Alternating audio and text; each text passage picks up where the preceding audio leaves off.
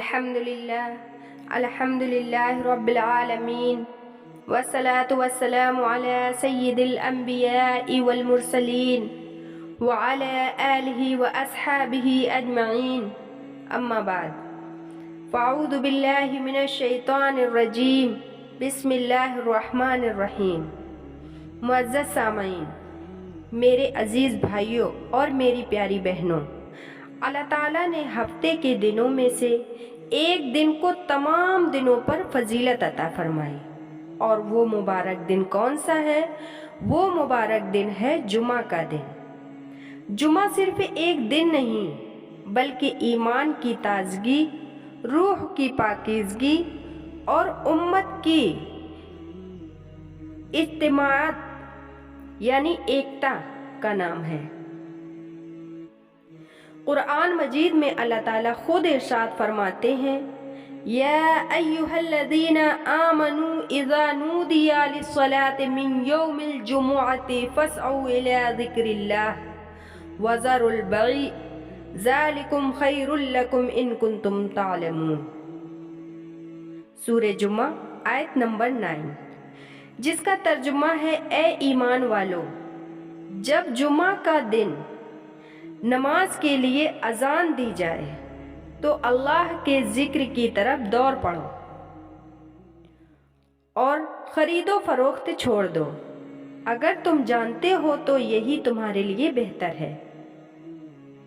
اس آیت سے معلوم ہوا کہ جمعہ کی نماز اتنی اہم ہے کہ اس کے وقت دنیاوی کاروبار تک روک دینے کا حکم دیا گیا۔ اب ہم بات کریں گے کہ جمعے کے کون کون سے فضائل ہیں۔ سب سے پہلے ہم دیکھتے ہیں کہ جمعے کی فضیلت ہے، جمعہ سب سے بہترین دن ہے۔ ایک روایت میں آتا ہے کہ حضرت ابو ہریرہ رضی اللہ تعالیٰ عنہ سے روایت ہے کہ رسول اللہ صلی اللہ علیہ وسلم نے ارشاد فرمایا، سب سے بہترین دن جس پر سورج طلوع ہوا وہ جمعہ ہے۔ اسی دن حضرت آدم علیہ السلام پیدا کیے گئے، اسی دن جنت میں داخل کیے گئے اور اسی دن جنت سے نکالے گئے۔ جمعہ گناہوں کی معافی کا ذریعہ ہے۔ ایک حدیث پاک میں آتا ہے کہ رسول اللہ صلی اللہ علیہ وسلم نے ارشاد فرمایا، ایک جمعہ سے دوسرے جمعہ تک اور ایک رمضان سے دوسرے رمضان تک کے گناہ معاف کر دیے جاتے ہیں، بشرطے بڑے گناہوں سے بچ جائے۔ صحیح مسلم حدیث نمبر 233۔ جمعہ کے دن کچھ اعمال ہیں کرنے کے۔ سب سے پہلا ہے غسل کرنا۔ صحیح بخاری کی حدیث ہے کہ رسول اللہ صلی اللہ علیہ وسلم نے ارشاد فرمایا، جمعہ کے دن غسل کرنا ہر بالغ مرد پر واجب ہے۔ صحیح بخاری حدیث نمبر 880۔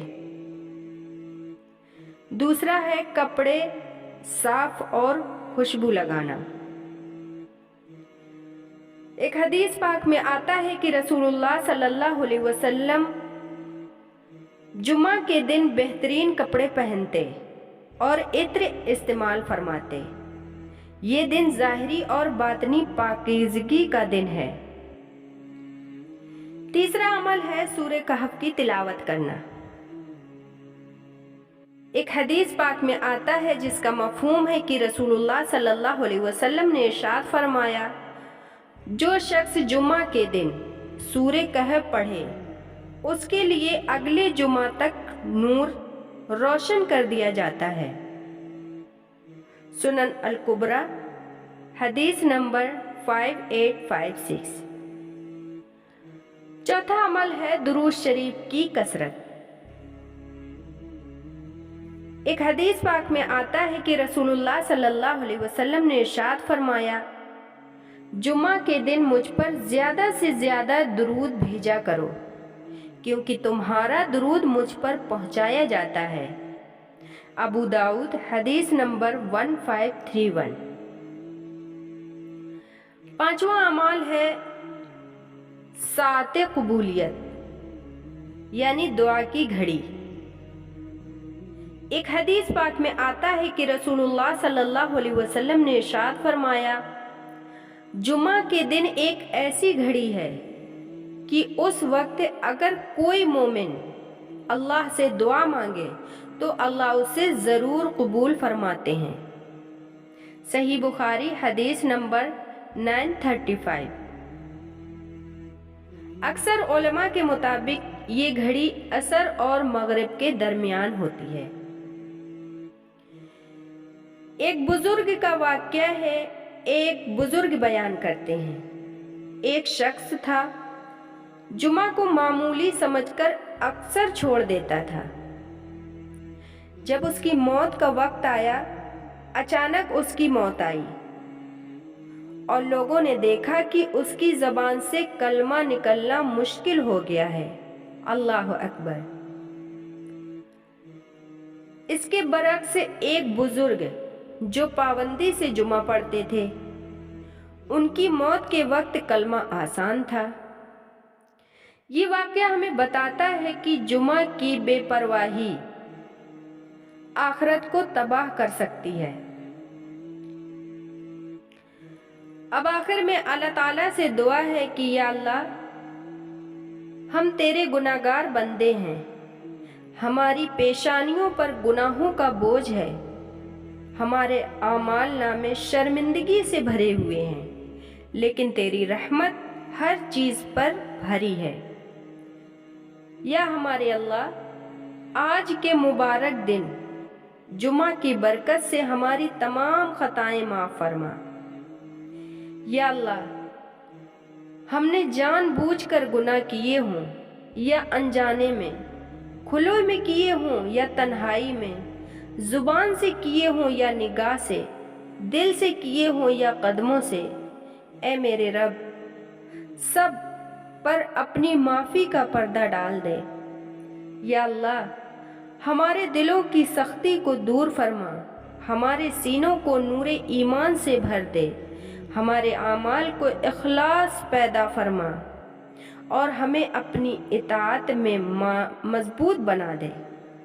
یا اللہ، ہمیں نماز کا پابند بنا، جمعہ کی قدر کرنے والا بنا، مسجدوں کو ہمارے دلوں کی ٹھنڈک بنا دے اور قرآن کو ہمارے سینوں کی روشنی بنا دے۔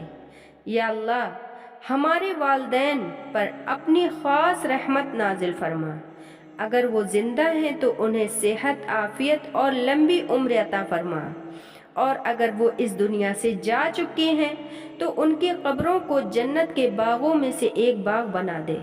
یا اللہ، ہماری بیویوں، ہمارے شوہروں، ہماری اولادوں اور ہماری نسلوں کو نیک بنا، انہیں بے دین ماحول سے بچا، انہیں بری سنگت سے محفوظ فرما اور انہیں اپنی رضا کے راستے پر چلا دے۔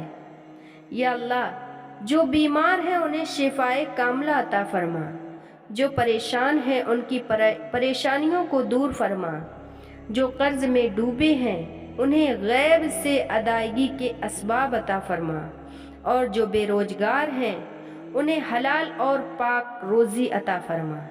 یا اللہ، جو آنکھیں آج تک تیرے ڈر سے نہیں روئیں انہیں اپنے خوف سے رلا دے، جو دل تیری یاد سے غافل ہیں انہیں اپنی محبت سے جگا دے۔ یا اللہ، ہمیں دکھاوے کی عبادت سے بچا، ریا اور تکبر سے محفوظ فرما، ہمارے ہر چھوٹے بڑے اعمال کو صرف اپنی رضا کے لیے قبول فرما۔ یا اللہ، جب ہماری روح جسم سے جدا ہونے لگے اس وقت ہمیں آسانی عطا فرما، قبر کو ہمارے لیے رحمت کی جگہ بنا دے اور منکر نکیر کے سوالوں میں ہمیں کامیابی عطا فرما دینا۔ یا اللہ، ہمیں پل صراط پر بجلی سے زیادہ تیزی سے گزار دینا، ہمارے نام اعمال کو ہمارے دائیں ہاتھ میں عطا فرما دینا اور ہمیں بنا حساب کے جنت الفردوس میں داخل فرما دینا۔ یا اللہ، ہمیں اپنے حبیب حضرت محمد مصطفیٰ صلی اللہ علیہ وسلم کا امتی بنا کر اٹھانا، حوض کوثر سے ان کے مبارک ہاتھوں سے پانی نصیب فرما اور ہمیں ان کی شفاعت سے محروم نہ فرمانا۔ یا اللہ اس ملک میں امن و امان قائم فرما، مسلمانوں کو اتحاد عطا فرما، ظالموں کے ظلم سے محفوظ فرما اور امت محمدیہ صلی اللہ علیہ وسلم پر اپنی خاص رحمت نازل فرما۔ آمین آمین آمین۔ ربنا تقبل منا انك انت السميع العليم وتب علينا انك انت التواب الرحيم۔